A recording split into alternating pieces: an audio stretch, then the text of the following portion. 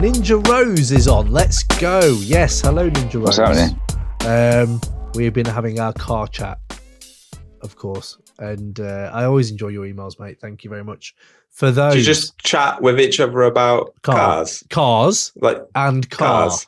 And we try car. to do. It's a bit like the Alan Partridge Mid Morning Matters, where he's like, you know, what car would King George drive? It's a bit like that. Yeah, like, that's what I was wondering. Car would Car drive? And He's would be the a Dan. Prius. He's the Dan to your Alan, isn't he? He's sidekick Simon to my Alan. Yeah, Alan's warm bath. Alan's exactly. Dan, that's the same episode, isn't it? Yeah, it is. Yeah, Dan. Ray's not getting any of this because he fucking hates Alan Partridge and Steve Coogan, who's really the most consistent UK comedian of the century, I would say. So Stuart Lee. Yeah, true, but I know he's going to say Russell Howard, isn't he? This one over here. Russell Howard. Oh God, I know. You like Russell Howard, do you? Russell Howard offends me. Like, he just offends me. He really does. I bet you like Michael McIntyre, don't you, Ray? Oh, mate, don't. Let's start. I live in Australia now. Are you aware? Yes, we know this. You don't do comedy there. Australians don't really have comedy, do they? No, he's a comedian. Ray's an actual comedian. I want to know his next set. When's your next set? What are you doing? And anyway, let's get into it because people aren't here to talk about Ray's comedy career, are they? I don't know. Have we turned into that podcast? Yeah. I'd like a type 5 from Ray right now. A type 3? Have you got a type 2? Use the platform. Stupid. I got type 2 diabetes. Fuck. I got so much fucking weight. He's got it. He's like, you're like that guy who just does quips. You know, the guy who does 100 quips.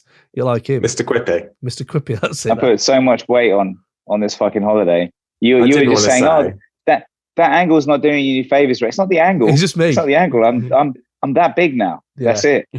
Yeah. We were literally getting ready to go out last night, and Sean was like, put on a shirt. I was like, oh yeah, cool. I brought a shirt with me. It doesn't fit anymore.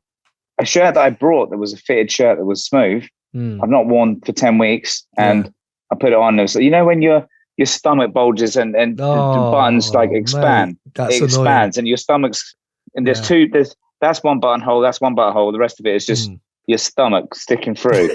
And it's attractive. Like, oh. It is attractive. It is a look. I'm genuinely impressed. 10 weeks you've managed to turn.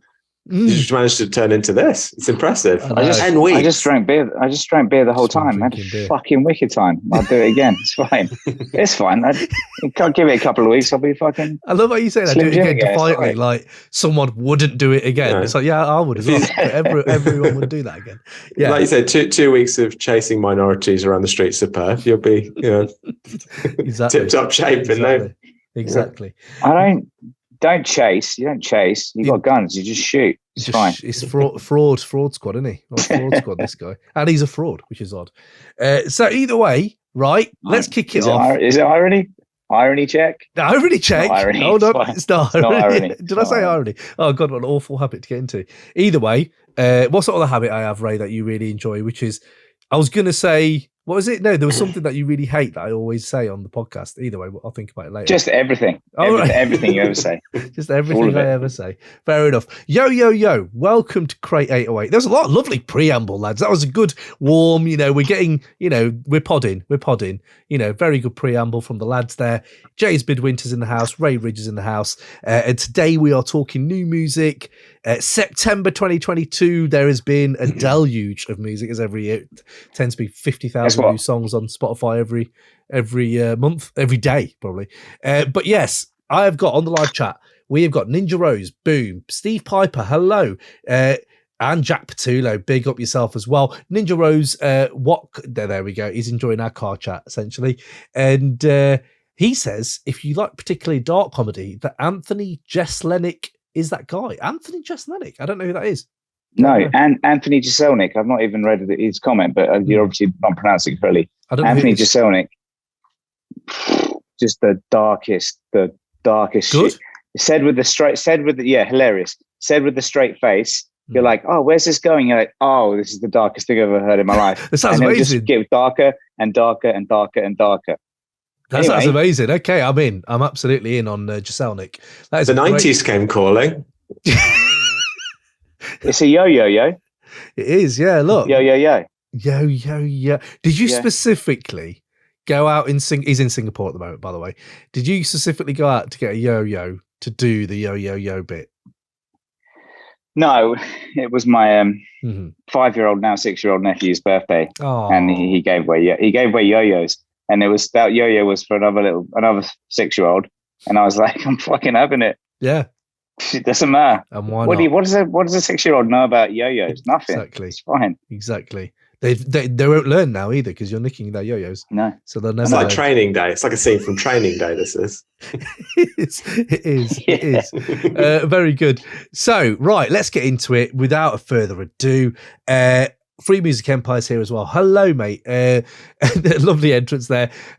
You dirty, low-down motherfuckers. To everyone in the chat, I think that's attacking too. Not attacking, directed towards. But let's go into new patrons for the month. Since last month, everyone knows live chats, blah, blah, blah. Who have we had? Murray B, Mark, Joseph, Lisa M, Tracy G. Sound like a bit like a So Solid ripoff back in the noughties. Tracy G, Leon M, Tristan Walker. Yes. Tristan's not getting into So Solid though, is he? Troy, Dina, Stacey O, Serena Tanaku, thank you, and Dan Stevenson, thank you so much all for subbing and supporting the show. Big up. And this will be seen in real time. We are bringing one of, I think, probably our best episodes coming up. I have been in the edit for fucking ages with it. Hopefully it translates, but we're doing the Roots 3 album run. It is round the corner. I've been in the lab and we've hired some new magic, some new talent, and hopefully they'll churn these out. Either way, big yourselves up. I thought you were going to say it was the belly episode that we recorded. And that. But mind you, now that can actually see the light of day. Spectacular. And then we're going to do that. Amazing episode. Yeah, we're going to do the an episode that will never see the light of day. It will do. The patrons are getting it, just because, why not? But either way, before we get into Least Hip Hop Things, quick one to big up Vimal Nai. He is a supporter of the show. He's listening and he showed me his Spotify, and it is just a heavy rotation of pretty much all our recommendations from the halfway mark of the year, lads. So well done. There's one guy out there who is like listening to OG known for smoking and Iblis. OG known for smoking, by the way, is the producer, not the rapper. Did I mention that? Oh no, you did not. Okay, who's the rapper then? Yeah, there was another name on it, but I looked later. OG known for smoking is the producer of that album. Right. Okay. Good to know. Good to know that. And then Know It All's the rapper, right? Know It All. Okay. Right. Know It All's the rapper. Know It All's the rapper. Right. Okay. There we go. Big up. Know It All. Big up that project as well. So yes, big yourself up, Vimal. And one little bit of trivia, lads. I've seen here. Discuss. I've just saw my man Dylan Green, Cinema Psy, on Twitter, and I can't believe this. Actually, it's pretty random. Let me know if anybody knew about this, by the way, in the chat. But Bob Dylan's son directed How High. Just gonna let that sit there. Just gonna let that sit there for a second. Do you not find that really, really weird that Bob Dylan? Did he direct it under a pseudonym? No, directed it under his own name. He has also done. Let's see, it's pretty mad what he's done. Actually, he did Barack Obama's speech thing. What else has he done here? Kicking and Screaming. I've never seen Kicking and Screaming. That's Will Ferrell, isn't it? I think. American Wedding. How High. A few others here. Crips and Bloods Made in America. This is a weird. Bob Dylan's son is doing this. And then I looked, and I'm not sure if this was someone trolling or like just fucking people up, but he said Bob Dylan's grandson is now a rapper, which is even more weird. So yeah, I went down this bit of a Bob Dylan wormhole, Bob Dylan hip hop kind of nexus kind of thing. So there you go. I thought I'd just drop that. Bob Dylan was kind of a rapper, wasn't he? Sort of. Yeah, he couldn't sing, and he was very good with poetry. So yeah, I suppose so. One of the greatest songwriters, I think. So Osmanic Bow, yo, how you doing, mate? Another fact: Prop Dylan is Bob Dylan's Scandinavian son. There we go. Prop Dylan is Bob Dylan's Scandinavian son, and big up Prop Dylan because he was brought to the halfway chat. Right, let's do it then. Least hip hop thing, lads. Let's none of that. I love it how we've only spoke about my albums from the last episode. See don't worry. He was very much into longevity. No, just saying. Well, that was just the example. There are many examples. He basically loving Kendrick as well. So that recommendations list was just even if he just includes the ones that you rattle off at the end of an episode, it's going to be. I mean, yeah, absolutely. 6 gigs. I know. It's a 6 gig Word document. 6 Ryan gigs worth. Right, so Least hip hop thing, lads. What have we all got? Least hip hop thing to Ray. I haven't thought about that. Don't worry, it's always something just all naturally done, isn't it, James? Least hip hop thing. Well, so my most hip hop thing is get fat. Of course, it's fine. I'm all right with that. What? That's hip hop, isn't it? You say? Yeah, that's pretty hip hop. That's yeah. Anyway, just big pun, rest in peace. So, least hip hop thing. I watched Friends all day today. Right. It rained in Singapore. I was like, I'm not leaving, so I put just Friends on and ended up watching 6 hours of it. Brilliant. See you later. So you became Ray from 2000, the year 2001. Ray, old 2000. School. Yeah, that was just Friends box sets. But yeah, that was VHS tapes, and this is streaming. Just doing the same thing. That's it. No development. Not pushing boundaries. Yeah. Nothing. Bit like Gareth Southgate's England is a crowbarred football reference. A bit like Gareth Southgate's England. There's no development. You've stayed the same, really. No football references, please. No, we always tell you. Was that better or as bad as Navy Blues? It was better than some of the ones you've done. Navy Blues, I was thinking, is your. Oh, it's definitely better than Navy Blues. There's a football reference coming in one of these albums today. And there's a hidden football reference I just found out, and it includes an Evertonian blondie who I can't believe was referenced in a track. But right, James, least hip hop thing, mate. What have you got in the last? Off the top of my dome, the least hip hop thing I've done in the last 24 hours is I went to Truro yesterday and I went shopping for different types of paper. Yeah, that is really, yeah. You never heard someone going to dropping a Fabriano or a Somerset Satin into a rap verse, have you? No, never heard that. Although that's needed now. A textiles rap. Oh, mate. I mean, if you Hannah Mueller would probably rhyme nice with some stuff like some sort Hannah of Mueller. rich. Yeah. Okay, I like it, mate. I like it. That's incredible. I want to ask why all the pieces of paper, but we have got lots of stuff to get into, so I don't know if we need to go down that rabbit hole. For me, what is the least hip hop thing I've done? I binge watched Ladhood album selection. There we go, brilliant. I binge watched Ladhood on iPlayer, and I loved it. Absolutely loved it. Very, very good. Actually, that has got to be hip hop in it, because at one point they do try to do a hip hop track. Which is quite funny. You can't have binge watching anything, because I've already done that. So you got to have something else. I don't think it's a competition. I think we can both do the same thing, can't we? In life, is not a move on to nitty gritty. We're getting really into the weeds here. You got to think about value to the end user, okay? But now they've got two shows. They've got two shows to listen to now. That's the value. Friends, which they're probably not going to, and then they can watch Ladhood. What is Ladhood? Ladhood, it's a 20-minute comedy based in Leeds, but it reminds me a little bit of In-Betweeners, but not really. It's very kind of singular, but I like it. I love it. It's brilliant. It's a very funny guy who does it as well, and it reminds me of home because it's growing up in Yorkshire. And although we don't talk about Leeds, but either way, let's get into it then. Right. We're going to bring some albums here. We're going to take it in turns. We've got some fire today for everyone. So hopefully everyone's ready for this. People in the chat as well, drop us your recommendations of music that you've heard recently, hip hop that you want to shout out. And before we start then, let's quickly go into the chat. Ray Ridge on a smelly cat type beat says Free Music Empire. That made me laugh. I like that.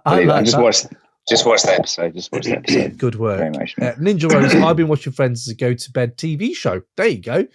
I won't let you die on that hill alone. That's it. Feels good. Can I ask a question? Can I ask a question? What is everyone? Is it everyone more on Friends or on Seinfeld? What side of the road does I've not watched Seinfeld. Friends. So I've been trying to watch Seinfeld and it hasn't. Apparently it gets good in season 3 and I'm on season 2. Right. I'd be interested to know what the chat thinks. Yeah, chat. What do you think? Yeah. I don't know. I've never really got into it. So I feel like we missed the boat on that. I think it was like the older generation, just above us. You know what I mean? Yeah. Because a lot of it was like trailblazing. It was doing a new thing, and then it was mastered in the 90s, similar to I don't listen to 80s hip hop either. Yeah. Well, some Rakim. Do you know what beats both of them though? Curb. Yes, I Curb's better than Friends. Absolutely agree. Yeah, absolutely agree. The You Can't episode is just one of the best things ever. Just one of the best things ever. Have you watched it, Ray? The Cunt episode? where they're playing cards? No. Like shows that you're like, fuck.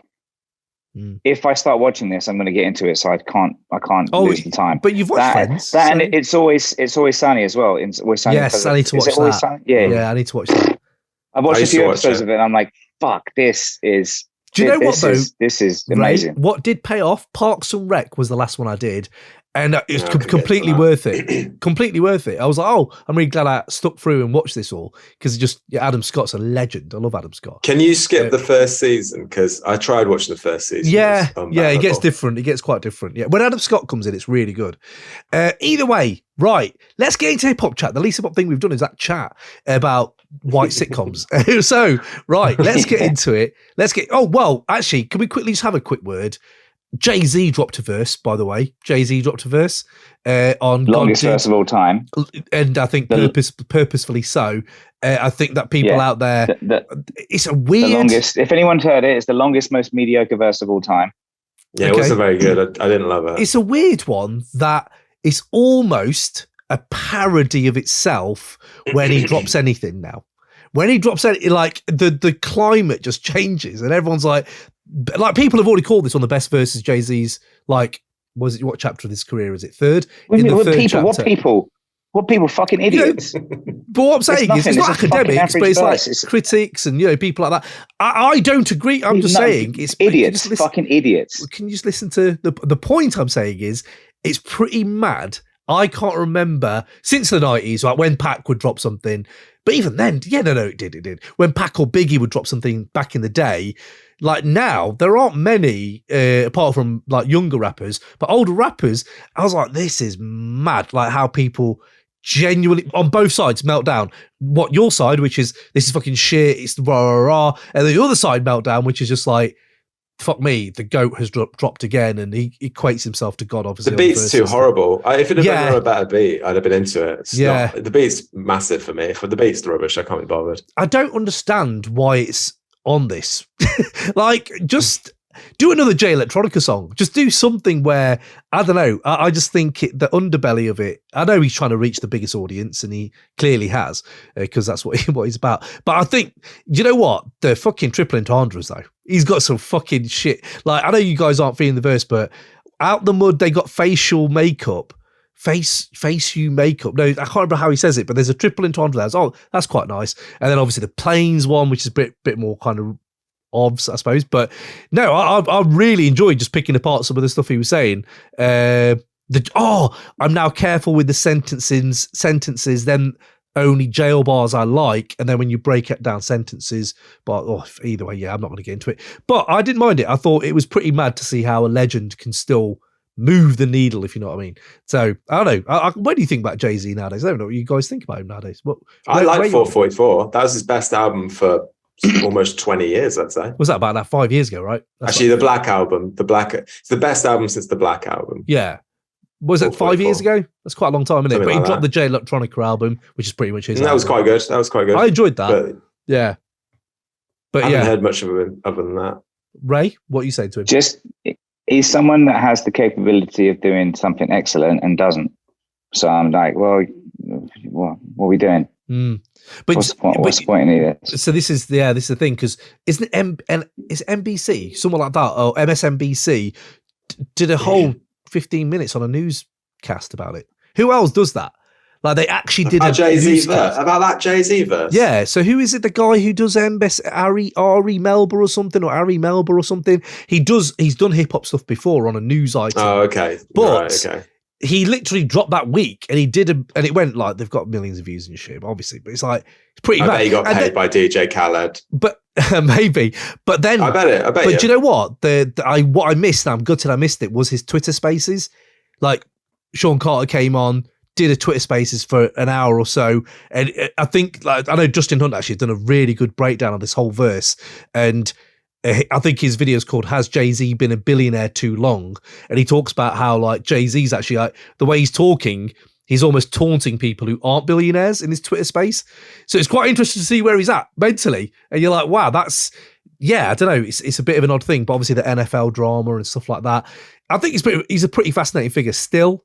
So I just wanted to know what you guys thought, really. So there we go. I had a listen to that DJ Khaled album quickly, and I also had a quick listen to Curtain Call 2, had a flick through. I can't work out which is the more unbearable album.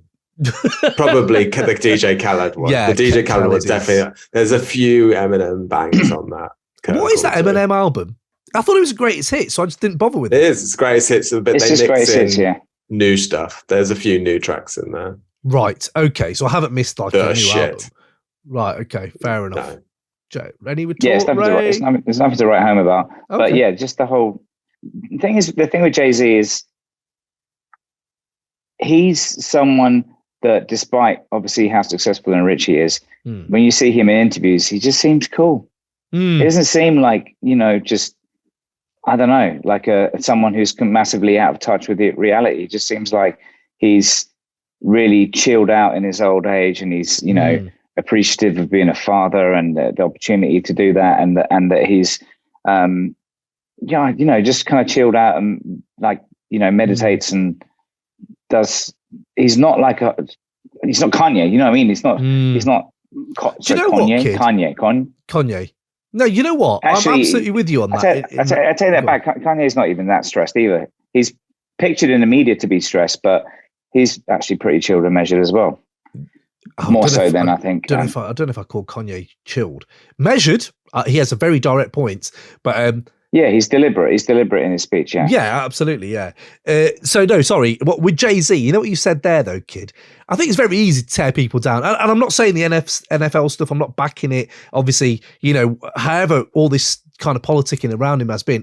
I wasn't on the Twitter Spaces, so I don't know what he was saying. But like, what the interesting thing is fuck, man. I've seen this guy go from pretty shat on MC outside of America. Like, people were shitting on him back in the day because Hawaiian Soapy fame, people on the 2-pack train, all they were saying, all he's chatting about his money and shit. But the fact that the career arc, and he pretty much soundtracked my noughties, to then see him now with his pretty cool look, his outfit, obviously, he's going for something, and I really like it. And I also think he's a pretty good role model though, like to just grow up and do what he's done. It's pretty fucking amazing. Like, sometimes we should just think that, No, I saw him recently. He's teaching kids how to use Bitcoin, so I'm all against him. No way. No thanks. No, thanks.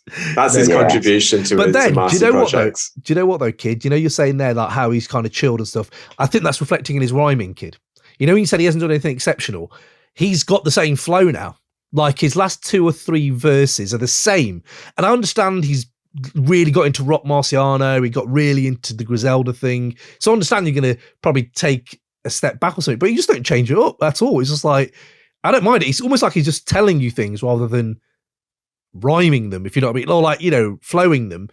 But then his flow is pretty tight on that verse. Either fucking way, too much Jay-Z. Let's get into it. What have we got here? Let's get in the chat, man. There's bare people talking here. What have we got? Prop Dylan stuff, Friends still going. Free music, Seinfeld till I die. Right. Ninja Rose couldn't get into Seinfeld, but Curb Your Enthusiasm was remarkable. Steve Piper, Peep Show, greater than Seinfeld and Friends. I've just rewatched Peep Show and it's fucking brilliant. Fair play, Steve Piper. Osman, definitely Friends, as evidence of the big crush I had on Rachel back at school. Join the queue, mate. Rachel. Yeah, big time. Best woman on Friends, definitely. Yeah, definitely. Yeah, fair play. Other than Janice, yeah, absolutely. Free music. The J verse is a long business memo. Exactly. Spot on. That's very good, Dano. Osman Iqbal, I found that J-verse really uninteresting. Free music, the beat barely exists. Ninja Rose, Car, oh my lord, yes, Car is back. I haven't even heard these albums because I've been trying to do the edit. Is this an album really called Woeful Studies? Yeah, Mate, he dropped 2. He's dropped 2. That and Languish Arts. Cheat Codes, we can talk about that a bit. Elephants by Bone, we can talk about that as well. What else we got here? Osman Iqbal, it was Ari Redknapp on Sky Sports News. Good. I like that. Right, let's do it then, lads. I've been talking for what feels like an eon, so I'm going to do my little shout outs after. Can someone start? Anybody want to start here? Who should I go to? James, what do you want to start with, James? What you got? Before we get into the albums, I think if I could bring an album, it would be 3 EPs by your old Droog. Because it's actually dropped 4, but 3 of them, the one he's done with the god Fahim, it's good. But the other 3, Yod Stewart, what are they? Yod Stewart, Yodney Dangerfield, Yodney Dangerfield, such a good, and Yod Wave. Yeah. Have you guys listened to them? I have. Ridiculous. Warcry. Yodney Dangerfield is just ridiculous. It's out of all of the albums that we're going to bring up, it's the most re-listenable lyrically album out of all of them. He's just fucking leveled up effortlessly on. Sorry, I'm just jumping. No, do it. I love the. I was going to say the same thing. I was like, he's basically decided he's not like. I actually went and listened to Nas the other day, Magic, because I'd been listening to a lot of your old Droog, and I was like, this is just like the Lost Tapes era Nas in a way. And I listened to Nas again, listened to the Lost Tapes, and I was just like, it actually isn't. And I figured out what he's done. He's basically gone, I'm not going to bother doing different flows. I'm going to just focus in on one area of rap and be the best at it, and that's punchlines. And he just punchline after punchline after punchline. There's no like intricate flows. There's no flow switch ups or anything like that. Different cadences. It's just bang, punchline. And he's the best at it at the moment. And it's just there's so many. I've got a list of ridiculous punchlines here, and there's way more I could have put in. So there's actually, if people, because I was just going to say for the chat, I've got one. The most spectacular one, the one that had me just pulling my earphones out and putting them on the floor and be like, I got to walk away for a moment. It's maybe that's overselling it a bit. My latest project, check more boxes than gynecologists. Fuck. My latest project, check more boxes than gynecologists. But the way he drops it, it's like it's a nothing line. So you hear it and you're like, oh shit. Yeah, he's got delivery. Absolutely. There's like that was one of my favorites. So there's also a lot of cats dissatisfied with their place in the game, throw pink Himalayan sea salt on the name, all up on the internet, talking slip like your man. I don't show up to your job and smack the dick out your hand. Chill. Oh my god, so many like that. That is fucking great. There's some verse of the year contenders on some of this, I suppose. But no, I actually really the unknown comic is definitely verse of the year for me. Right, okay, let's note that down for the end of the year chat. Love that. I have heard them. He is I think just one of the most consistent. There's another guy who's sober consistent, who's brought some stuff out. Mayhem Loren, I would say, is absolutely ridiculously consistent as well. They just had this weird level of just so much yet so good. So yeah, no, very, very, very. Can I give you the three lines properly? Yeah, go. Have you the 3 lines off the unknown comic? There's so many lines on it; they're great. But the 3 that stick out are: as I kept building my own movement, they can't see me when they drop gems like Wilson from Home Improvement, just for the Home Improvement reference, maybe.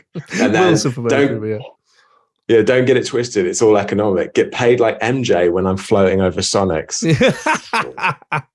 Nice. Just too good. And then the last one on it was what they say is not valid, darling. Props ain't always good. Word to Alec Baldwin.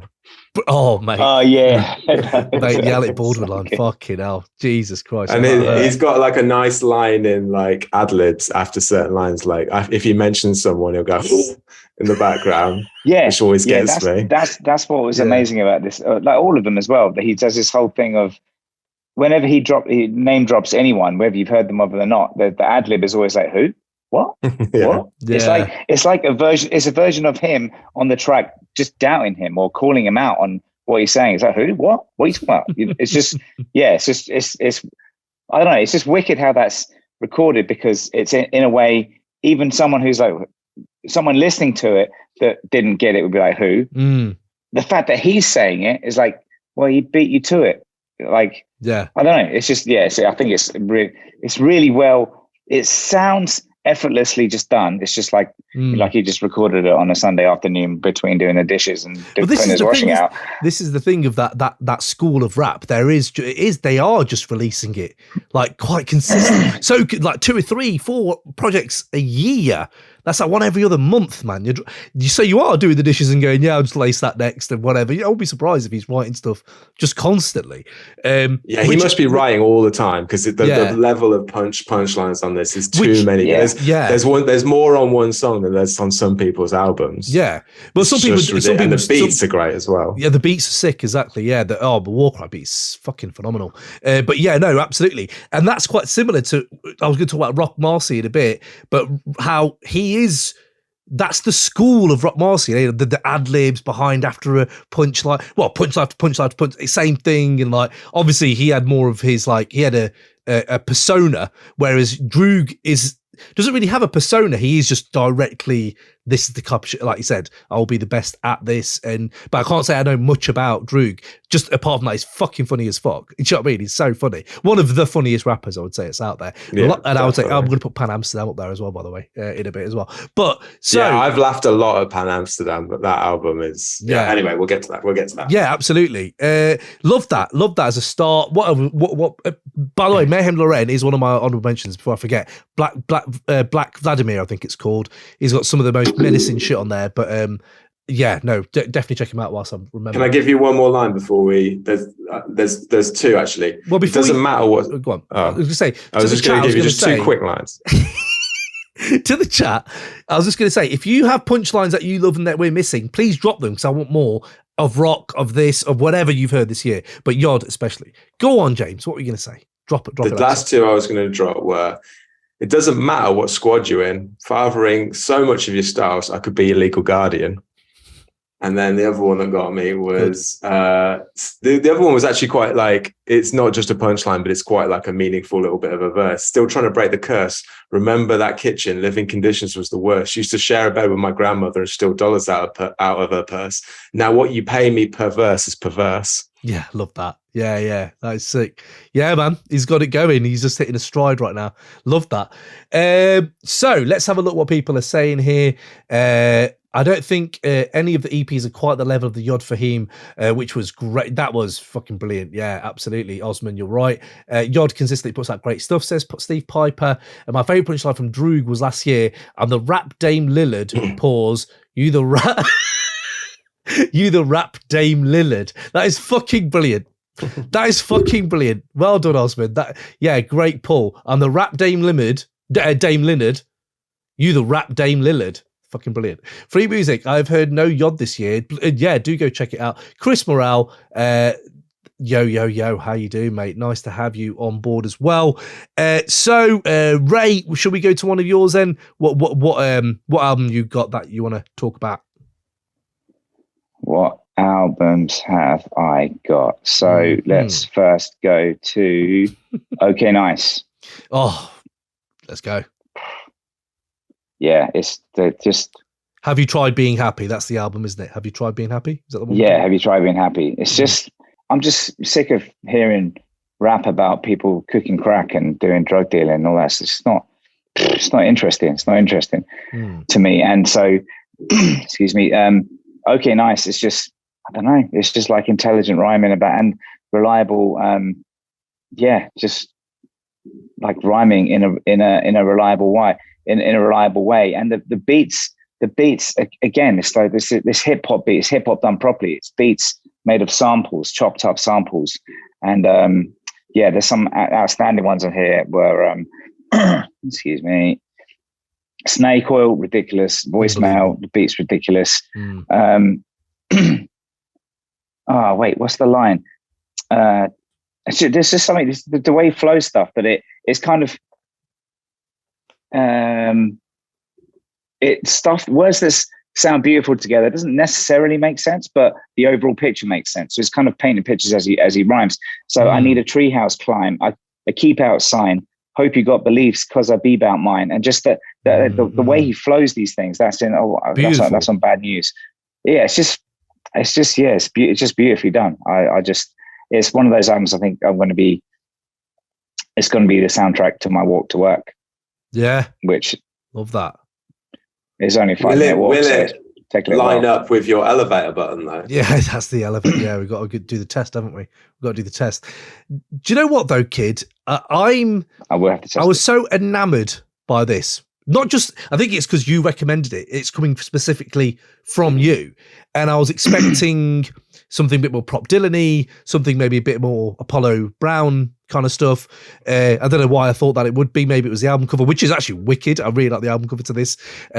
But fucking hell, man. This is, man, what a fucking album. What a fucking fire. Yeah. I've got 1, 2, 3, 4, 5, 6, 7, 8, 9, 10, 11 tracks off of this album on my plate on the Crate 88 Bangers. That's a lot. Oh, shit. That's a lot. Like, he is, I know you don't like these other guys, but the space they occupy for me, which is very self-reflective, very almost spiritual, like I'm kind of getting soul nourished out of it, and also feel like I'm not on my own sometimes when I feel like some shit is going down. I can get solace from it from other artists. Like Mick Jones does that for me. Sorry, not Mick Jones, Mick Jenkins. Mick Jenkins does that for me. And Mike Jones, imagine. Mick Jenkins does it for me, and Kip Stone does it for me. That they have that real insight, and I can't stop thinking of those two guys. They rhyme very differently, but I get the same feeling listening to it. And Snake Oil, Type Blue, what's that other one? The Devil in the what? The Devil in the Devil in the Daylight. Man, this guy's putting it all out there. Like he's talking about fucking his life. You know, you feel like shit, man. You're going through shit that everyone goes through, and it's very universal in that aspect. And I'm a fan. So. And Def C's on there as well. Big up. Snake Oil killed that. There's, just really interesting new artists I can't wait to listen to more to. So thank you, Ray, for that. See, look at this. Beautiful. Absolutely beautiful album. People do go check it out. James, what are you saying to OKnice? I didn't even know this wasn't even put on the WhatsApp as our listening list. So I think he did. I've not heard it. I think he might. Did he? Yeah. I think like 10 minutes before the podcast? That's generally he'll 3 days. He'll drop four albums. I'll give you a good month. He'll give you. Oh, actually, you did put something on, and what did you? Yeah, you put something on, and I was like, I'm not. Oh, you said Eminem, and I was instantly stopped reading. It's like, no, yeah. Listen to that. Yeah, that's why I put it. I wasn't suggesting Eminem. You said King Crooked and Joel Ortiz, Harbour City. Yeah, we'll talk about that in a bit. Yeah, we'll talk about that. Coming up soon. Yeah, but I'll listen to it. It sounds really good. I'm into what you've said about it. It's and he's nowhere near as esoteric, but Rap Ferreira vibes of life, you know, like more the content than the actual style, if you know what I mean. Yeah. But nice. Very, very fulfilling. Really enjoy that album. That sounds good. Yeah, I'll check that. Yeah, absolutely. So let me go into mine then here. Right, one of my first ones. Right, Roc Marciano and the Alchemist, Elephant Man's Bones. I know, obviously, it's becoming a bit of just a standard thing that when Alchemist drops anything, I do talk about it, or Roc Marciano. But the fact that it's like, I called it, I think I tweeted this, that it's the heat moment of 2022, really, isn't it? It's the heat moment of rap, which is underground rap has been talking about, you know, when De Niro and Pacino and all this, when is Al and when is Rock going to get together and when are they going to do something? And the fact they did publish that they were going to do it a few months ago. Everyone's been, on that scene has been fucking waiting for it. And yeah, just absolutely delivered for me. And obviously I'm biased because I love both of their works anyway, but it's just pure fucking indulgence. Like, if I'm just being honest, it feels like, and I think it might also be tinged with the fact that when it came out was literally the week before me and Ray went to Ibiza, and that feeling of excitement was when I was listening to it. I bumped it in Ibiza as well, and I bumped it when I was on my way home. And I remember like feeling really ill, and I had to go walk and get something from the shop from my mother-in-law. And I just bumped this album, and I took an extra long, like 10-minute walk around just to listen to a bit more of it. And just fucking indulgent, utterly rewindable. The features are fucking sick. Action Bronson's amazing. Just good to hear him again. And I would say, if anything, and we can go into tracks and stuff like that. I want to review it at some point anyway for the end of the year probably. But the bonus on the Pimpire edition, the bonus one, that's probably got the best song that's on the whole fucking album, which is Mama Love. And that is just one of my favorite songs of the year. And it's fucking beautiful. It feels like I've put here, Roc Marciano is now rhyming over Cocteau Twins. And it's just utterly beautiful. Why not? So yeah, it's one of my favorite songs. Might even be one of my favorite rock songs, to be fair, looking back on it. And they have Mama Love and Macaroni, which are great as well. Macaroni on theirs, which is great as well. But let me quickly go into the chat, see if I've missed anything. No, I haven't. It's ever Free Music Empire. I just got an OKnice hat in the mail. Fair play to you, mate. Repping the underground. He is the man with the finger on the pulse. But yes, anyone heard this? What's everyone's takes on what's he called himself? He has back massages like a misogynist. It's a thankless job to be a pimp. So, with anyone got any shouts on this pimp guy?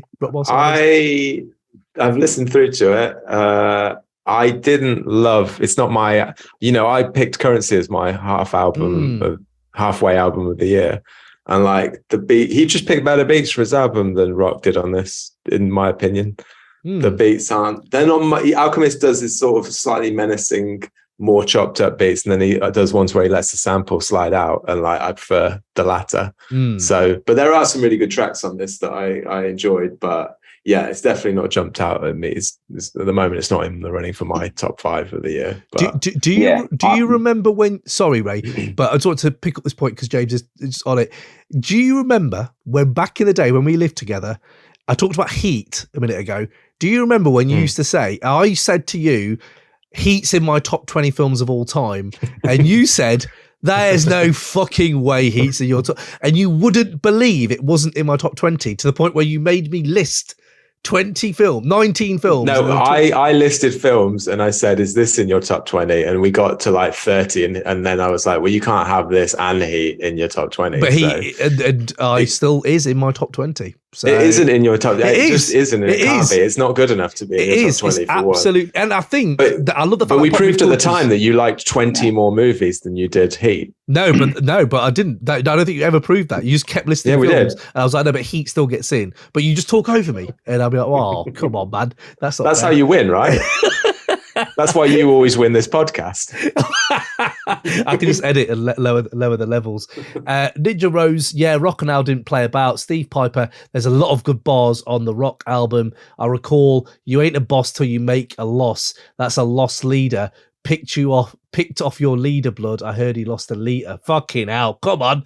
And Ninja Rose, Heat is defo top 20. So, sorry, Ray, what were you going to say about Is Heat still in your top 20, Cam? Is it still in your top 20? Heat? There's been at least 15 years since that conversation. If anything, it's more solidified in there. Now. It's higher. Yeah, it's I think pop culture's followed me as well. Like, there's a massive wave of Heat's amazing because he's dropping Heat too, isn't he? The book, and everyone's Heat is like a classic. It is a fucking classic. They're right, but I'm glad I led the way on that. There are no movies that have been made in the last 15 years that get in your top 20. There Will Be Blood gets in. Superbad gets in 2 for me. Absolutely. There'll be definitely ones from the last. What did you say? 15 years. Last 15 years. So 20, maybe 2005. Years. 2005. Yeah. Well, either way, there you go, people in the chat. Let us know. Is there any? That's quite interesting. The thing is, was Cam's favourite his personal top 10, not what he thought they were the best films? Yeah, unless it is. Was it? That was your personal favourite. Yeah, favourite. So it was subjective. Yet I still didn't believe him. I still forced him to name. You became Ray Ridge. Like you were Ray Ridge. You were Ray Ridge back then. I was the original Ray Ridge. Yeah, absolutely. Anyway, go on, Ray. Anyway, I'm not on the Alchemist bandwagon. Really? I just find his beats. Holy fuck! His beats. I didn't know that. Unfinished. And 3 years of it. And Roc Marci, like I'm aware from people talking about him that he's dropped some fucking hot lyrics, but it's the monotonous flow. It doesn't grab me. It's just kind of he's not, and it's his style, and I respect what he's doing. He's like, this is me. I'm doing my thing the way I do it, but it's not for me. I just don't like. Do you think it's his voice? It's just that, the kind of monotonous flow, and so I'm not really inspired to listen. And I think like if I did stop, concentrate, and listen, I know there's some bars in there. But I'm like, man, it's not. I don't know. It's not for me. Okay. Maybe one day I'll hear some Roc Marcy bars and I'll be like, fuck, that's ridiculous. Do you know what, kid? It'll inspire me to get into it. But do you know what? There are projects he's done which are very much more old school that I could recommend you from back in the day, because he dropped a deluge of shit, which is essentially what everyone does now. He started that shit. And yeah, absolutely. I think there are stuff back in the day that you probably enjoy more. He settled into this groove where, interesting you say there, James, about like you're not feeling the beats. I think this is much more of a like, what's the word? I don't want to use the word cohesive, but it is much more of its own. Like it's a proper thought out project. It reminded me of Haram in the way that Haram had a lot more space for the artists. He ain't putting it solidly together. He's letting them, and I suppose a lot of Al does that anyway, generally, because it is kind of open space hip hop.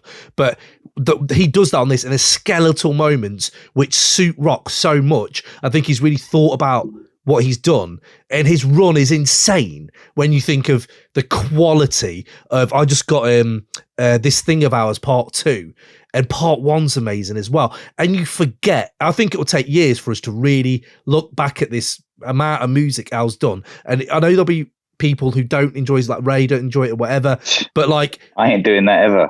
But you already know. 2 years just to listen to it. Yeah, exactly. Yeah, exactly. But he is a legacy. I think it's a real arrogant way of making music, because the audacity to think that the average person has got all this time to listen to everything. And if you did listen to everything, out of 100 tunes, 5 of them are outstanding. And it's not worth listening to 100 tunes. No, but the thing is, kid, he's not. This is the thing with hip hop that's gone underground, and same with Nipsey Hussle. He's not going for the average person. You said the average person. It's thingy. He's not doing that. What he knows is he has a fervent fan base that will pay like Mac. We're going to talk about Mac later, but Mach Hommy is exactly the same. $400 for one record. He sells 100 of those, mate. You do the math. No, but seriously, this is what I'm saying. He isn't going for the average. He's going for what he knows. But that's the point, isn't it? It's treating music as a business, and it's not.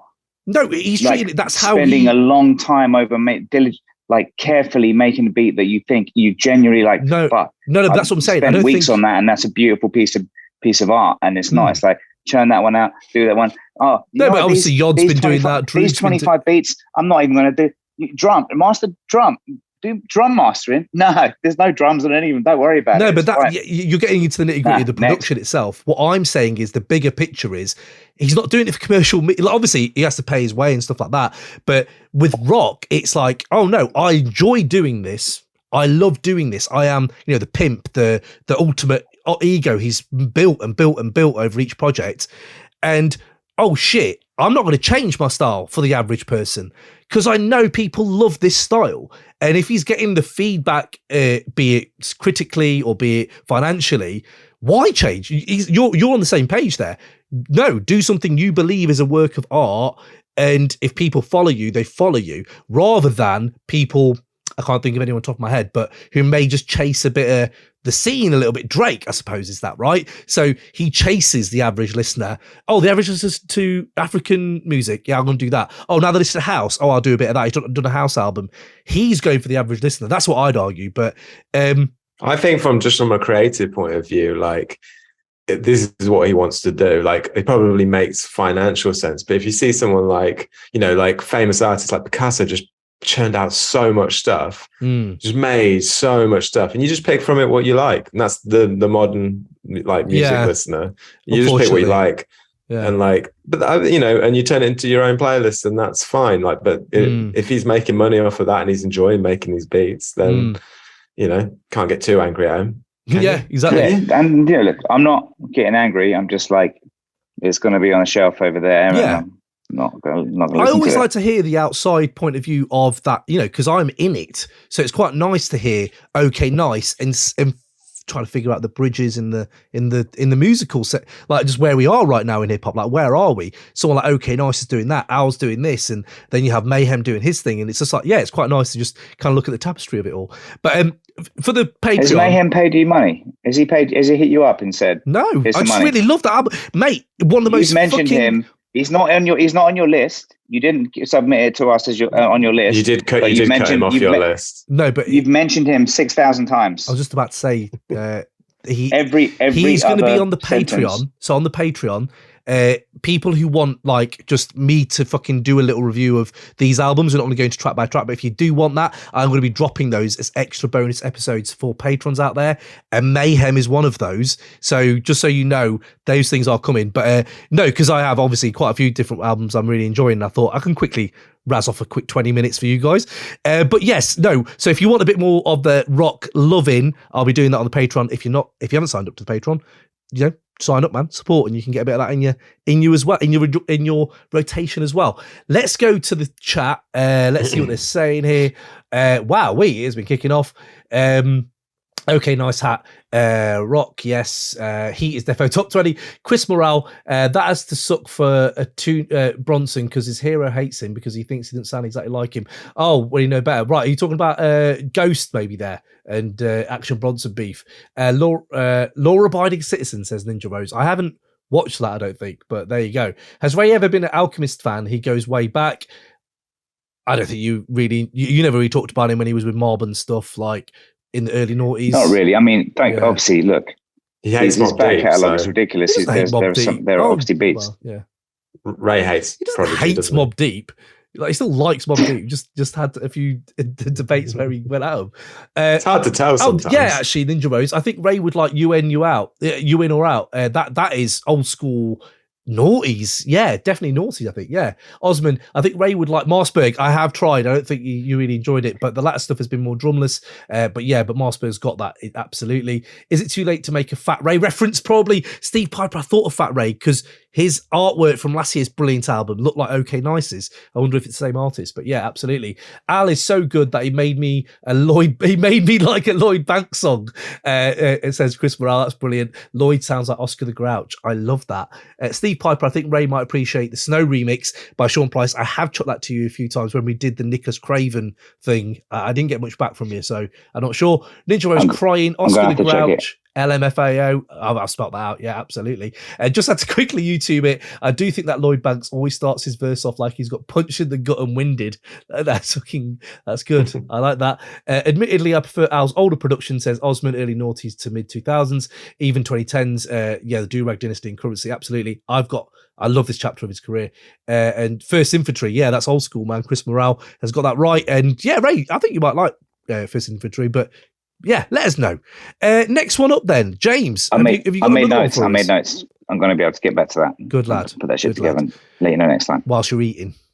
Please like Alchemist, Ray, please. I don't want him to. I want it to be him. Do you? If you like him, you like him. Like, that's why it's more genuine when he got up and walked out the room at an Earl's sweatshirt bar from this year.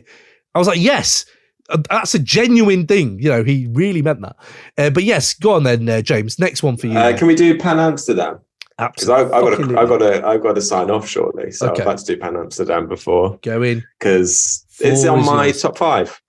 Top five of the year. It's just, I remember you actually recommended it for Ray initially, and then I listened to it. I thought it was really good, and I was like, I wonder what Ray thinks of it.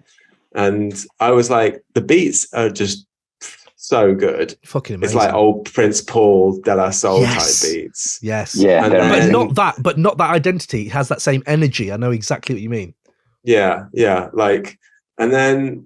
The lyrics are very sort of off the top of the dome, strangeness, weirdness, but then occasionally they make sense and they're really funny. And I'm like, Ray might like this? I just don't know. I'm actually tuning in just to hear what Ray. I mean, again, like it, Ray, please. I don't know. I'm interested to know. I think you would. That's why I recommended it. Yeah, it's fucking wicked. I wish I had more time to listen to it.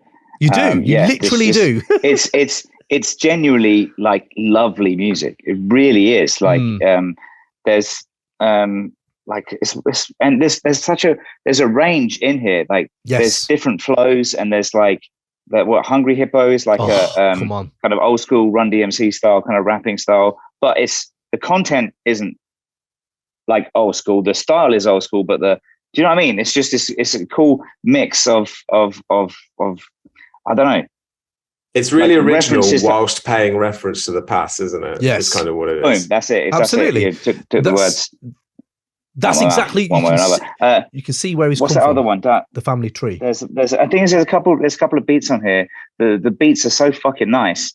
and I'm waiting for the raps to kick in, and there's no raps as well, which is fine. I mean, it's artwork, isn't it? But was it Dada Dim Sum? That beat is Dada like Dim Sum. That skit is fucking amazing. It's ridiculous. And don't do your shit. Yeah, I don't do your shit. I don't do your shit. All purpose sauce as well. Like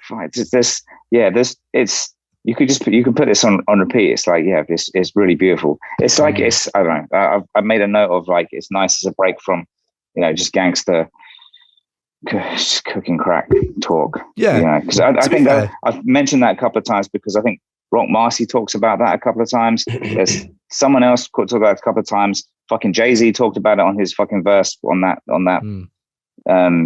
But he did it in a way of he taking that American system. It's all talking about the same boring shit. I don't care.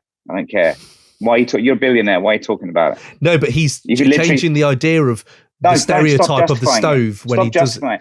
You're in a position where you can literally rap about anything and people will buy it, and you're still talking about the same. But that's the reference anyway, that the stereotype is. I just want to say what I think of that way he says it. I know you might not care, but I think he's saying the stove is a stereotype you remember me for. I ain't that fucker, man. I'm a billionaire and I don't need that. So he's talking it more in that context. But absolutely, Dada Dim Sum is brilliant. Just that's the fucking humor. It's the PR. I don't know if people have heard this album. Go out there, check it. Eat. It is called Eat. It's Damu the Fudgemunk and Pan Amsterdam. And if you'd like that, go check Pan Amsterdam's other shit. It's fucking brilliant. I've been banging on about him. He has got so many fucking good songs. But I'm so glad we're all showing him love because he deserves it. But what's it when he's talking about the PR and he's just like, I don't want to do your shit.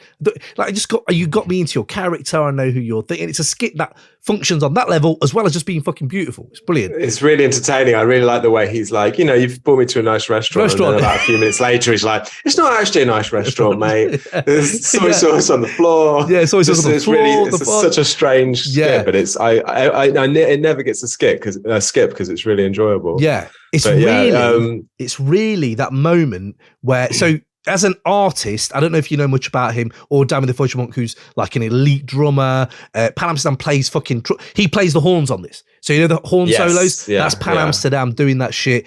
Fucking amazing. But the way I think, if you can't have time for something that's ultimately really, it's Damu, so it's going to be ultimately funky, really fucking bouncy as well at times, but got this massive range. It's fucking fun. And it's pushing the boundaries in ways that no one else is. That marriage should never be slept on because we never get enough of it. We never get someone who's so singular and very different. And you hear just one song. I played my friend at work who doesn't even listen to independent hip hop, Duck Walk, and he was like, "Oh my God, I've not heard anything like this. I thank you for showing me this." And it's just another guy who doesn't really listen to hip hop, but Duck Walk's so good. Bang, that's just one of my verses of the year. I fucking love that shit. It sort of, when listening to Stick Around, which is one of my favorite tracks, if that had come out in the 90s, that would be a classic. Yeah. Because it's like it's like not usually the kind of thing. It's about like a passive aggressive guy hanging around trying to get with your missus. But rather than going, the typical hip hop way of dealing with it, he's like, it was very like dad-like advice to how to deal with it. And I was just like, this is so good. And if this has come out in like the late 80s or something like that, people would just be like, this would be a classic up there with De La Soul kind of thing. You say 80s. So enjoyable. You say 80s, absolutely see it. And this is the family tree. The thing I thought was the early noughties. He reminded me of a time when I loved DJ Format, when I loved Lewis Logic. These people then, obviously... Del the Funky Homo Sapien, that kind of vibe, Doom, obviously, at that time, and I know his Doom retort is brilliant. This sonic boom to ones of y'all that say I sound like MF Doom. MF these, my NFTs, you scrape knees, bob jet skis, pet peeves. What the fuck? That's so fucking good. MF these with my NFTs. Like, come on. Just one of the verses of the year. I love that. But what's interesting is his voice sounds so similar. Like, I can almost hear Bizarre in his voice. It's weird. And I'm like, I fucking hate Bizarre. Yeah, a little bit. Yeah. I could actually hear a bit of him in Damu's voice or tone, or I don't know what it is. But yeah, man, Rigged fucking Tony, H-Bar, BLT, Mogwai. Fucking this track is littered. I just got the vinyl, so I'm There's so not a happy. single. Oh, have you? Nice. Yeah, they do a white vinyl, and I love my coloured ones at the moment. Besh, by the way, is so mad, and it's a grower. One of them, when you don't remember a song off the track. You think, where is that on the playlist? I'll play that again. And his Coneheads getting into bar fights lyric was fucking ridiculous. Who remembers the Coneheads? Dan Aykroyd's Coneheads film. Yeah. And that reference is, again, you don't do yourself any favors not trying to be like into Doom, because you're making references that are like Doom. But yeah, man, fucking hell. Just, yeah, absolutely. The Mark Jackson reference, Ben bends away, something like that, something bends away. And he said, I swear I heard my MJ say she was a librarian girl. That's my conversation. Yeah. As a 15-year-old, that was my conversation at school. I'm like, fucking hell, Pan. We are trying to get him on the pod, and he's very hard to get on, but I'm trying. So yes. When he wins album of the year, because he gets the maximum points because we all like him. Yeah. Then he might come on. Yeah. So. Hopefully it doesn't have to swing it, but yeah. So who are we up to next? Ray, what have you got? Should we quickly rattle these out? Because this can take another half hour unless you're ready to stay on, Ray. But what you got? What you got? Yeah, my next one is, and this one, look, it's. So Sankofa, as it happens, he's not on tonight, but he has been on the live shows a couple of times. So it could be seen as like, he's in the chat sometimes. Let me just say one of his albums. But out of respect, because he is a subscriber and is here sometimes, I was like, listen, let me double check. Actually, Black Ketchup 2. It's Black Ketchup 2. It's got no vowels in the Black Ketchup 2. Yeah, Black Ketchup. It's Black Ketchup, right? Yeah, we're saying that right. Black Ketchup 2. Yeah, so yeah. I'm feeling that's a kind of a darker, like a darker album than I'm usually into. But holy shit, have you heard the Silversmiths? So I heard half of it, and it's I had a quick listen to it. Fucking hell, no skips. Yeah. The beats are fucking incredible. Like they're incredible. And so the first beat on it is Crocodile Alligator. Oh mate, and it's what a song. It's just the stuff they talk about, and the way Sankofa and John Doe, they got very different rapping styles. So can you just quickly note down what this album is? Because I don't think you ever said the name of the album or so it's called, they're the Silversmiths, and what's the album called? I didn't write that. The beat shall inherit which is fucking brilliant. That's it. The beat shall inherit the verse. Yes. What a beautiful, like the whole thing is it's just beautiful. Yeah. Obviously it's a reference to the meek shall inherit the earth. And it's the meek. Yeah. There's so much on it. Like there's the beat, is it Mazebos? I'll pronounce it Mazebos. Yeah. Like listen to that and then try not to have that beat stuck in your head, like in a good way. The beat is, it's like the perfect balance between this old school feeling, but also like fresh. How do you describe? This is hard to describe it. You just got to check it out. Okay. But there's one tune. There's a tune called Flight Check, and mate, the chorus in that, it's one of those tunes you hear, you're like, I need to see them perform this live, because it's got one of those choruses where you're like, holy shit, the whole crowd's going to enjoy it. I can't remember. I had it. My phone's died already, so I had the lyrics out on that. But listen to Flight Check. Okay. The chorus on that that's the one. That'll be the set closer. Okay. I mean, I'm going to put that right at the top of your playlist. It's just that tune's fucking amazing. And there's and football references. There's another. There's Diego Maradona. What a great fucking name that is. That is fucking great. Yeah. There's so much like twisting words up and references to old. There's a line in there. Sankofa's got a line. I find myself transfixed, but it's transfixed by the drum and dumb.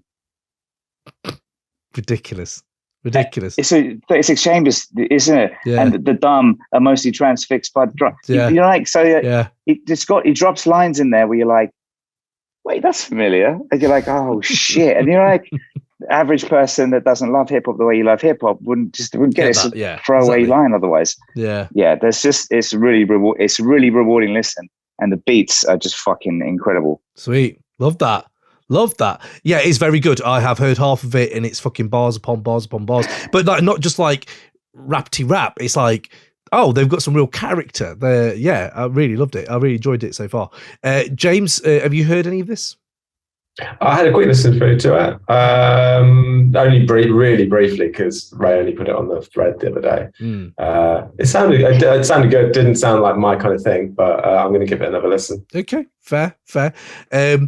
You said a day ago Maradona, Hugh. The other football reference I did have before you go, we're going to talk about JID at some point. What a fucking album, The Forever Story. But he and I don't know if I misheard this, but Crack Sandwich has been on fucking repeat. I love the idea of that song, the story, the rhyming, the beat. That album's too long. It's too long. But I think he has I think he said Stephen Naismith in the first verse. And I thought, is he referenced Stephen Naismith, the Evertonian utility player? That's ridiculous. So I don't know if it is, but I really don't want to listen to it again in case I get it wrong. But yeah. Did one of you? I just heard the battery's running out sound, and it's not mine because I audio ran out just now, but I'm all right. I'm not on a battery. Okay. So let me quickly go into the chat before we move on. So let's have a look what we got here. Aaron's in as well. Aaron, big yourself up, man. Aaron as well. What's he saying? What have I missed? Have I missed the cheat codes chat? Not yet. I will bring that. I will bring that if we need it. The cheat codes album where they've decided to keep drums in this time, but not bother with vocals that much. Where they just he stands about 20 foot away from the mic when he does. There is some. I've recorded this on my iPhone. Raps. There are a few, but they haven't detracted from the overall. I really like that album, but yeah, we'll talk about it in a minute. Doubling back slightly, I think Ray makes a good valid point about coke rap. I am all Griselda out, to be fair. Yeah, funnily enough, I haven't had much coke rap on my rotation, really. I don't think so. I don't know. Benny's not really stuck to me as much as I thought he might. Ray, if you haven't seen the Trouble Cooking haven't seen the Trouble Cooking crack, could you get in? You appreciate that sort of like we do, right? Okay, have a look at that, Ray. And yeah, I mean, it's I guess it's not so much that, it's more just there's too much of it. It's too much of it, and there's infinite things, but. That's why I like there's other stuff. There is other stuff now I like to listen to. Osman Iqbal, he should release an album called Pan Plays the Horn. I'm sure he's crossed his mind before. Pusha T to be the only guy that can talk stuff and not bore me, says Ninja Rose. Let's have a look. Damu is a legend. His instrumental albums are insane, says Aaron. Worth checking out Conversation Piece with Raw Poetic. Yes, absolutely. Yeah, I listened to that. His flow gets a bit annoying after a while on that album, but it is decent. Yeah. The Blue, I know that's his flow. I know I've talked about it for fucking to death, but the Blue project was fucking incredible. Ground and Water, I think it's called. Ray has an edge that we don't, says Chris Morrell. Osman, I was literally listening to the Ultimate Griselda playlist earlier. Wow, I'd love to see what that's How long is that? I know. Chris Morrell, Ray needs to be running a record label, 808 Records. I'm in. Demigod's reunion album out on 808 Records. Imagine.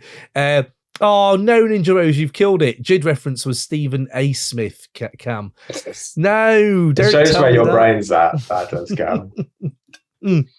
But imagine if Stephen Naismith listened to JID's album, So should we quickly do cheat codes? Have you got time for that then, James, quickly? Yeah, let's do cheat codes. Cheat codes, Dangermouse and Black Actually, Thought. I don't have much to say about cheat codes because I liked it, but it's not like blown my mind at this point. I enjoyed the fact that Black Thought is a cheat code. Black Thought is a cheat code. They were just like, just call it cheat codes. Very literal. So fair enough. It's a good on paper album, isn't it? It's a good on paper. It got a lot of hype before. But it's like, it's good. It's just, I don't know. The mixing's too annoying. Really? It's too annoying. It really it annoyed me a lot. But the thing is, what cheat codes does is like what we were saying before about Alchemist and Roc. Alchemist. Sorry, that's a village where my mate lives. Alchemist. Alchemist is a place where my mate's got a house near the beach. So Alchemist should play there. Earlier. It's beautiful. You got to visit. You got to go there. But anyway, that's a side note. Alchemist and Roc Marciano, and they're like churning out loads and loads and loads, and maybe something will stick. Just throw everything at the wall. Maybe something will stick. Cheat codes has exactly what I was talking about. If you listen to the darkest part, that's a fucking incredible tune. It's fucking incredible. And, lyrics, beat, all of it, everything. It's just masterfully put together. Can I ask you one thing? Has Raekwon ever delivered a bad verse? Like a really bad badly verse. recorded verse on this. Badly recorded, but like bad. Just like, oh my God, that's awful. Because how is he still this consistent? Darkest Part, I love Darkest Part. You're absolutely right, Ray. I'm absolutely with you. The piano keys, I think it's Kiki D sample. I looked at the sample because I fucking love that sample. It's so fucking sweet. But yeah, no, Thought and Raekwon. Like, can we just celebrate that for a second?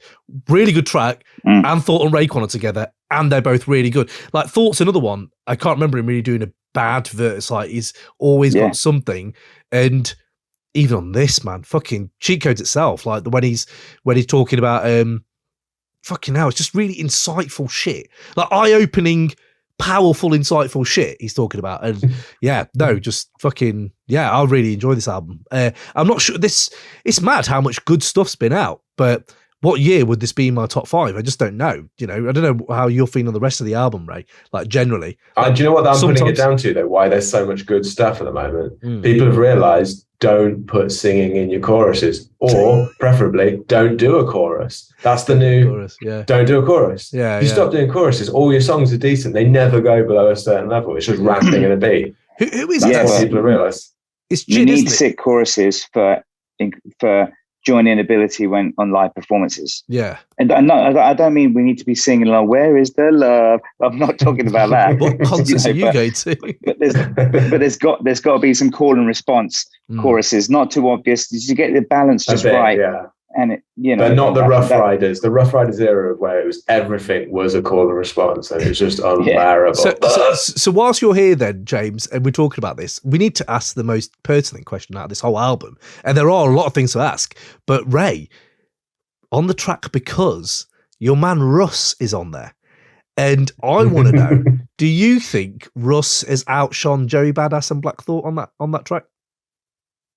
Yes, Black Thought. I fucking love you. Black Thought, I mean, look, Black Thought is consistent across everything, but he's very samey, isn't he?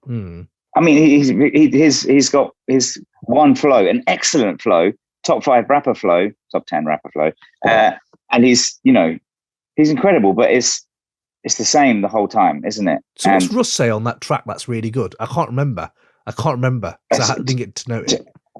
Honestly, I can't remember, and I think maybe it does him a favor is that, he blends in a bit, doesn't he? He's all right. That's fine. That's good enough. Just blend in, Russ. You didn't get knocked down. You didn't knock me down. That's what he can go away with. We didn't notice yet, and that's why you go. That's what Russ can go away with is gave a good innings. I'm not going to buy it. Did my best. What I found weird was that like they did a record. They did a record with Run the Jewels and put ASAP Rocky on it. I was like, although that was good. I enjoyed it. ASAP Rocky, but it's a wicked. Weird mix, and it's a weird beat for ASAP Rocky. I just thought that maybe he was set up to do like a studio session with him, and they forgot all the other beats. They were like, I'll just put him on the Run the Jewels, get rap on this beat, and then he did it. And it's just such a weird combo. This is the weird thing that Dangermouse has done here. He's done it on Because with Run the Jewels, but I really enjoyed. No, it's not Because. It's what track is it? Strangers. So Run the Jewels, I think killed it anyway. But ASAP Rocky, his nursery rhyme thing with the 1 car, 2 car thing was really funny. I like that, but. He has done that. You're right. He has veered into that production. And he does it again on what my favourite track is, Saltwater, where Dangermouse just becomes full Derringer. I'm just going to do full Derringer now, lads. Right, okay, bang. And I kind of love that you can, but he's made it, and it's a fucking brilliant song. And to hear Thought on something that, this is Conway's Bane moment where, Black Thought, you're used to the dark. I was born in it. Like, this is literally Conway like that on this track. He's like, Saltwater. This is my bread and butter, mate. Don't worry about that. But Thought also kills it on there as well. And I thought, Dangermouse just becoming full Derringer, and then doing full. That was a really good track. I enjoyed that. Yeah. And the Doom verse, which is odd because it's clearly a throwback verse. It doesn't sound like Doom when he was older. It sounds like Danger Doom, like kind of era, which is kind of nice. We got a new Danger Doom track like this year. That's fucking sweet. And I thought Belize I really enjoyed that for that. And it just kind of makes you miss Doom, really, doesn't it? But Close to Famous, I thought Close to Famous was another one. And I thought, I don't know, just obviously had a little smoke, just got a bit daydreaming. And I was like, Close to Famous, if Wu, like everyone in their prime Wu came together and had this beat, it would be a fucking banger. So I don't know if you ever listen to Close to Famous again, but if you do, think of Prime, Meth, Ghost, Deck, Ray, fucking hell, Jizza. Yeah. It does sound like a woo beat as well, doesn't it? Which is that the detriment of this album? Like Dangermouse hasn't got a real identity. He's kind of dipping his toe into a lot of other things. But then I suppose you could do the detriment is if you completely be yourself like Roc, which is one of the things you can say about Elephant's Bones is where's the different content? Like Roc's never going to be different to what he's always going to do that content. Whereas Dangermouse is the other way, where he's like, I'm going to do everything, but where's your identity? Maybe I don't know, but live instrumentation, I suppose, and all that shit that he's into as well. Cheat codes, love that. Thank you guys for dropping that. I've got Mach to talk about, JID to talk about. That's it. So I don't know if you want to stick around and we can do them real quick. Mach's especially, it can be really quick because it's pretty much. I think they'll be quick. Yeah, Mach Hommy, Dollar Menu 4, The God Fahim. Few points on this. I don't know if anyone follows this series at all, but I've always thought that Mach is a head and above, like God Fahim in rhyming. I do like God's voice though. Most people are. God's voice is fucking great though. I've always enjoyed his voice, but I think on Dollar Menu 4, Cormega's voice. Yes, it is. And Dollar Menu 4. Fucking hell, it might be some of the best stuff he's rapped. He is fucking it, and that's the thing. It's indulgence again. It's a most rewindable album for me because it's just bars on punchlines on bars on punchlines. All this shit. They start it off with a Ratatouille fucking skit. Who does that? Like, what is this from Ratatouille? Like, oh, it is actually. Yeah, they've actually just done that then. All right, fair enough then. And then they've got like the Bunny Chow is incredible. A Sons of Man fucking sample that was. I'm pretty sure. And just use that track in Jackie Brown, in Quentin Tarantino's Jackie Brown. That would be amazing. And I talk about womb comfort. That's a lot of this album for me. It's just that womb comfort of, oh, I'm home. I know where I am. Shukran Don is another one where his rhyming, because Mach, you can't find the bars online that easily, but his fucking stock was like MF Doom, it's all capital. And then there's a line, I can't figure out what he says, but the way he rhymes it is ridiculous. It's flexing with the high IQ ball heads in the 45. They call it KRU. Then my men's, until my Ken's a fireball, it's all Ryu. I don't know what he says because it's so hard to pick it apart, but the flow, and it has Ken and Ryu and all that. I was like, oh, wow, there's a Street Fighter reference. Hold on. And then the God Fahim, it's all Burt Reynolds with the Herc and Jerk sauce, was just a great little reference. But yeah, no, really, really just fucking love this album. Macabre, Excoded, Food Grade. He's released lots of albums this year already, right? Mach or Fahim? Fahim's been on quite a few. He's done Yod Mach shit. Hommy. Mach Hommy's released. No, I'm a bit surprised. This is his first release since Pray for Haiti, I think. No, it isn't. He's done Dollar Menu 4. Yeah. He's done Wat Con Joj, I don't know how to pronounce that. He's done Dollar Menu in 2022.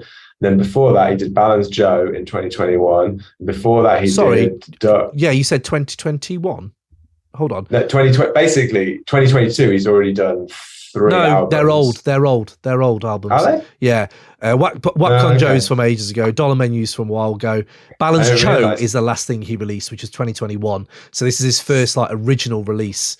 Yeah, don't let Spotify do you, man. But that is a great album. I thought they were new. I was like, that's really strange that he's released them. There's no fanfare considering how big Pray for Haiti was. I don't think they were on streaming. They were. You could only buy them. Okay. But no, they weren't on streaming because that's the album that got me into him. The Summit Joe. But yeah, no. Either way, Mach Hommy there for you peeps. And my last one was JID. I just think, fucking hell. Talk about a guy who's kind of been around. He does 100 flows, and it's the baby of Lil Wayne, Eminem, and Busta Rhymes. And you're like, oh, someone who has taken all that kind of skill and talent and idea of just, I'm going to do 100 flows on this album, and they're all going to be fucking ridiculous. And I don't know, it's kind of really nice to see that come full circle as I'm older. Ray didn't like that. Ray did not like that. Ray, do you have anything to say on Mach before we stop? No? Nothing? Should we move on to this one? No, Mach again is someone that I think it doesn't inspire me to listen to him, but I don't deny that there are some bars in there, but a lot of it's too I don't know. I just Cryptic, maybe he does go cryptic. There's no part of it that I'm listening to where I'm like, holy shit. I mean, so that Bunny Chow beat is that beat's ridiculous. But you know, I don't know. But you know what Shukran Don? I don't know if you heard Shukran Don, but you know when Mac rhymes, I think he's rhyming every syllable. He's rhyming every syllable of his verse. And that's what I was thinking. Maybe an MC like yourself would be like, holy fuck, you've actually done that with the whole... But I don't know how many bars that is that he did. But yeah, no, there's little moments like that where I think you can kind of pull it apart. But I suppose if he's not appealing to you, you're not going to bother, are you? So there you go. Yeah, no, I don't know. I just... Okay. Like, doesn't he, again, rap about this same content matter quite a bit as well? And it's just like... It can be quite cryptic. It can be quite Ghostface at times where he's like talking about Haiti and storytelling. He has a bit of that as well. But yeah, he supposes he's very school of Ghost. So he does have a bit of the drug talk in there as well. And the I think it's cool pimp shit. A quiet taste. Okay. So JID, you were saying no to that as well? Yeah, I didn't know we were bringing R&B albums.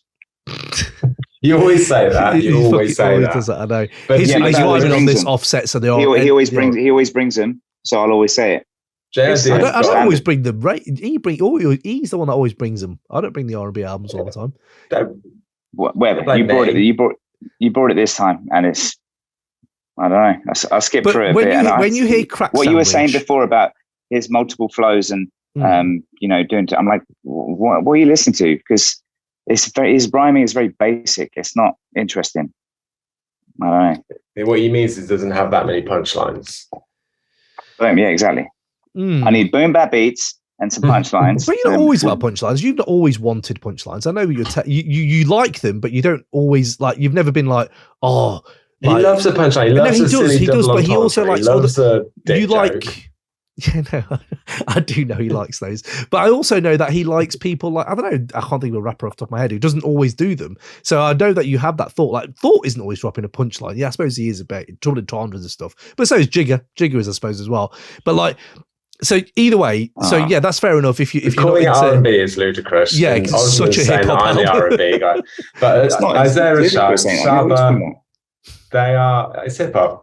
Yeah, absolutely. Yeah, absolutely is. His rhyming, Crack Sandwich, Radar, fucking Dance Now with Kenny. Big up Kenny Mason. We don't talk about him, but he's been doing bits for a minute as well. Surround sound, fuck me. And the fact he can actually fucking sing, I was like, this is his Tiny Desk concert and everything. He's genuinely quite a funny lad. I'm sorry, did you just say the sentence, the fact that he can actually sing? Yeah, what's wrong with that sentence? So, just break it down. I just said, so it's an R&B album. No, you start to say when ODB sings, don't take the bait, Cam. Don't take the bait. All right, okay, he's doing that. He's doing that. He's been a horrible little troll. No, that's such a reductive way to look at a sentence like and say that. Either way, but no, I was actually, because I don't think many people did. I don't know how many times he's flaunted that kind of skill he has, but to be that talented and then have Lil Wayne and hold your own against Lil Wayne when Lil Wayne's fucking brilliant. I love Lil Wayne on Just in Time. I'm like, holy shit. I don't know. There's something about when Wayne just goes and eats a track, fucking brilliant. And I think they mirror flows a bit like, I think, is it Super Lyrical where Thought and Pun mirror flows? I don't know, something like that. But yeah, I just love the fact that they really thought that out. And I love that. And Crack Sandwich, I talked about it a bit, but the fact it's a story that, you know, when you first hear it, it hit me so hard above my head, I had to rewind it. I was like, what is this story about again? It's about his family and how volatile they are as brothers and sisters. But when they get in a fight in town, they all fucking jump in the fight. And he's swinging as a small little kid in the family. And I thought that is I've not heard a story that made me feel like, I don't know, I've had moments in town and me and my cousins don't always get on. And we've had moments where we're scrapping in town and you're like, holy shit, this is such a weird little insight into your world, which is weirdly mirrored in my world. And then I'm watching Ladhood at the same time. So I've had this real nostalgia vibe and that track really hit differently. Just hearing, this is a world I'm not going to ever be in his world, but the fact that we have this weird common ground and you've put it so brilliantly, this fantastic use of language on there, just fucking, yeah, I'll go into that probably on a little review down the line, but yeah, no, absolutely love it. And Yazim Bey, and having the fucking Miss Fat Booty sample, the way they tweaked that was lovely. I love the way, I'm not usually one for an old sample flip, but I really enjoyed that one. I really, really enjoyed that one. And Louder 2, fucking hell, Lord of 2, sorry. Can't Pump Me Bitch, I wasn't a fan of that, but really got into it. Yeah, man. Crisis getting fucking shine on a big album like this. Like, I'm talking about big album where critically, I know you're not into critics, Ray, but it's pretty mad how big JID has become over this one album, and he's been doing it for a minute with Dreamville and shit like that. So he's been on the scene, but he's not compromised. He's not done it for them.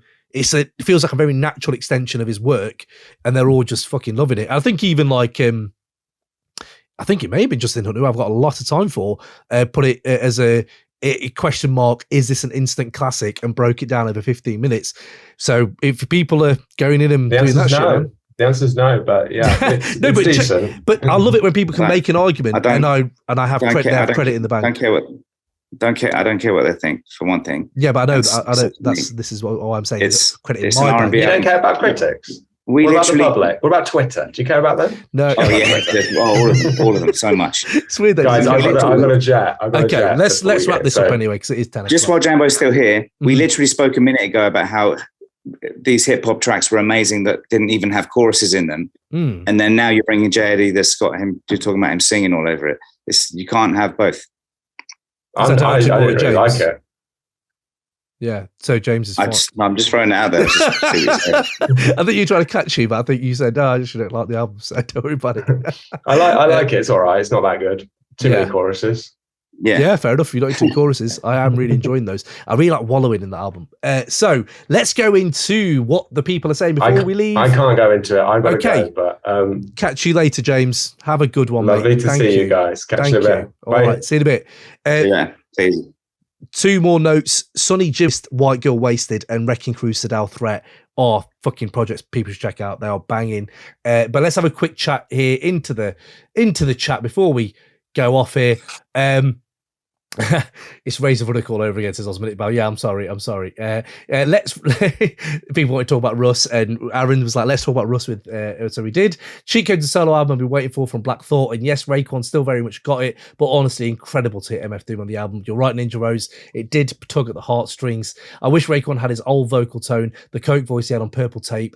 Yeah, I know, it's age, innit? Imagine his rhymes with his old voice, says Chris Morale. Yeah, speaking of Doom appearance, Bras rap, yeah, I just talked about Sonny Jim and Purist, the Doom verse, yeah, he did sound less gruff, says Osman. What do we all make of the Primo EP? I liked it. We got Nas and Primo this year. Let's not forget. That was a fucking beat. I love that. Ray, what are you saying to the Primo fucking EP that he dropped? I know you're loving that Nas track. To be honest, I haven't. It's your bread and butter, mate. It's your bread and butter. Primo, Legends. You're going to love it. Saltwater, probably my favourite tracks in Ninja Rose. I'm with you.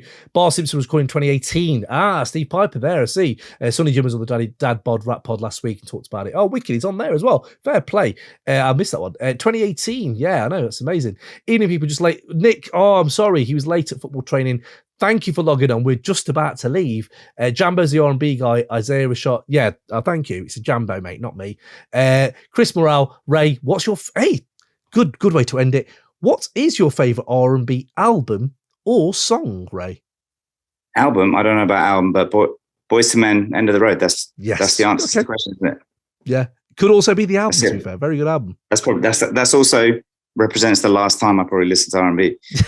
I'd love it if you'd said something like Joe's All I Am. If you'd have, I'd have fucking loved you for something like that. But Music Soul Child, can I just put that, is up there for me. But either way, so, right, bang, there we go. Last great thing you heard. Let me drop mine real quick, because I've actually got it right here, because I listened to it just before we logged on, and it is, me and Ray, we're in Ibiza. We had a lot, the house head in me was fully nourished, and I really do love my house music. Ray was well into it when we were over there as well, and Jamie XX, and I could talk about Fred again for an hour, and I love Fred again, and Ray's been having to bear the brunt of that on WhatsApp, but Jamie XX dropped a track this week called Kill Them, and it's fucking fantastic, and I can't listen to it 5 times in a row when it first came out, and I love a track like that. So yeah, Ray, last great thing you heard, mate. Could be old, could be new. What is it?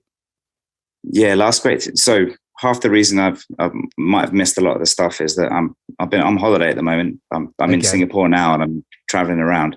Anyway, was in Germany I don't know if you've heard of KIZ or if it's pronounced Kiz or look, KIZ, regardless. It's fucking German hip hop. And met these two German girls in Germany. And they were talking about going to a KIZ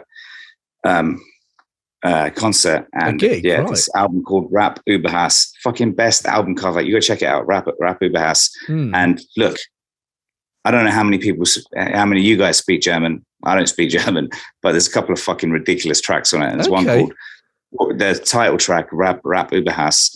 And there's a track called, I'm going to butcher the pronunciation, but Unterficht und geistig behindert. Why? It's fucking ridiculous. You're just one of the, when you hear music from another country and they're just doing something completely different and you haven't heard it, the mixture of different music styles. It's just, it's just fucking incredible. Love that. That's why I love that's why I love these Australian patrons we've got on board, because people have been recommending me like Hills Hood. Was it Hilltop Hoods? Hilltop Hoods. Yeah, Hilltop Hoods. Just for the Aussies, I've been banging on about Hilltop Hoods for fucking ages. No, you have. But there's another group that got.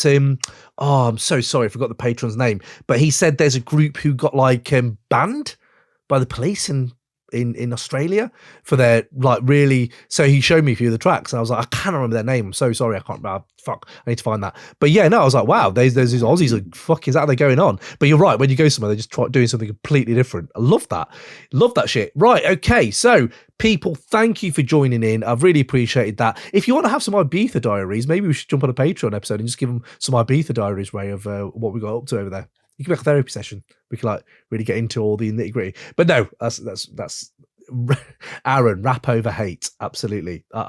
Fair play to you, mate. So big yourselves up, peeps. Ray, big yourself up. I should catch you soon. That's the German translation. Rap über Hass.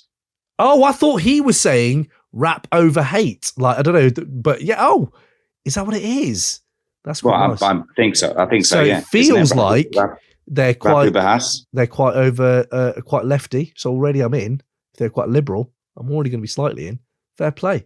Thanks. Just look at the album cover. Look at the album cover. You're going to be in. I love an album cover. I will check that. Ninja Rose, just out of curiosity, guys, what's your second favorite genre? Assuming hip hop is absolutely number one. Fuck. Mate, Chris Morale, no, don't go. I can stay on for an extra 5 minutes if you also chat shit. We can just chat shit with you for 5 minutes if Ray's okay with that. What is my second favorite genre? Fuck, man, that is such. I love everything. Punk and house, probably not house, but dubstep, like Burial, Jamie XX, Fortet. Don't call it EDM. They fucking just corporatize that for the American market, lads.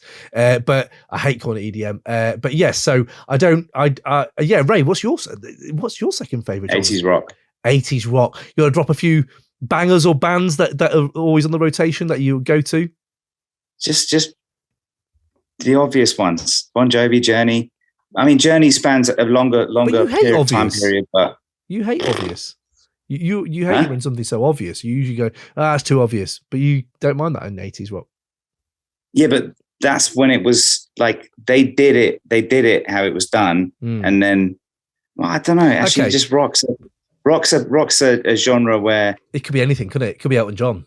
But the thing is, what's beautiful about that is it's a band. Like there's the fucking guitarist, and then who's an expert at what he does, the drummer who brings his own flavor. There's the bassist who brings his own flavor. There's a singer, and they all have, and that's the thing that hip hop's like. Primo's doing all of it, which I love as well. But it's one guy doing all of that. Equating the Bon Jovi Primo nexus. I love this Bon Jovi Primo. Yeah, it's two kind of different. Yeah. Anyway, just quickly then, think about these. You have to drop all of them straight away. You're in a karaoke bar. Me and you, we've stumbled in. We've had a few drinks. We're on a bit of a high. We're like, we're buzzing. Yeah, what should we do? Let's do an hour of karaoke. You got 3 songs to do karaoke to, Ray. What are the 3 songs? Living on a Prayer, Don't Stop Believing, and fuck, I don't know. The first 2 were ridiculous. Straight off the bat, Living Off a Prayer, yeah, fair enough. And Don't Stop Believing, yeah, absolutely. Fan favourites as well, yeah. And I can imagine you belting those out. People probably I Want to Know What Love Is, just because I know I can hit the notes. You can hit the notes on it. Oh no, I love it. Wow. Yeah, it's kind of play to you, kid. You can hit them notes. Yeah, I mean, it's a simple one, but it's reliable. It's reliable. Like it. Save that for Crate 809 anyway. That's the other one. That's on the 80s Rock podcast. Okay, 80s Rock podcast. My top 3 karaoke tunes, if you want them, mate. I'm going to say it to you anyway. Keep On Loving You, REO Speedwagon. Can't ever go wrong with that. It's just a banger. Tiny Dancer, Elton John. And then I'm going to go for a Smiths. There Is a Light Never Goes Out. Bang. If you catch me in the karaoke, I'm going them 3 all day long. So what have we got here with the people, with the peeps? Chris Marseille, please don't go. That's why I stuck around for the next few minutes for you, mate. I am a French and German teacher. Oh, and it's well into his French and German hip hop. Aaron is. Big yourself up, man. Wow, maybe we could get some translations out here. Hit some recommendations if you do know. We're waiting for the French and German playlist. It's incoming, isn't it? Teachers have a hard time anyway, but now you ask him to do a full playlist for us. I love it. Chris Morale, the party just got started. It's 5 p.m. here. It's like 10 there. Yeah, you're right. Sticks is a shout. Def Leppard. Oh, wow, that is old school. Never really got a Def Leppard, you know. Never really got. They're from Sheffield, right? They're the ones from Sheffield, I think, Def Leppard. But yeah, Nick Sheffield, love French hip hop too. Aaron, as you can understand, German. I know bits of language, but none of the music, says Nick. Wow, fair play. Don't Stop Believing was Big G, says Chris Morale. I'd cover a car track and call it karaoke, says Ninja Rose. I got it, and I enjoyed it too. Bill Clinton used that as his campaign song, says Chris Morale. Don't Stop Believing. Oh, do you know what? I wouldn't have known that. Car karaoke is dark, says Free Music Empire. Yes, it is. It very, very much is. So yes, people, hope you all have a good day. I'm sorry we have to go. Enjoy yourselves. Spread the word. Thank you for all the support, as always. And thanks a lot. We've got some new shit coming your way, hopefully very soon. Jumping on. Peace. Peace.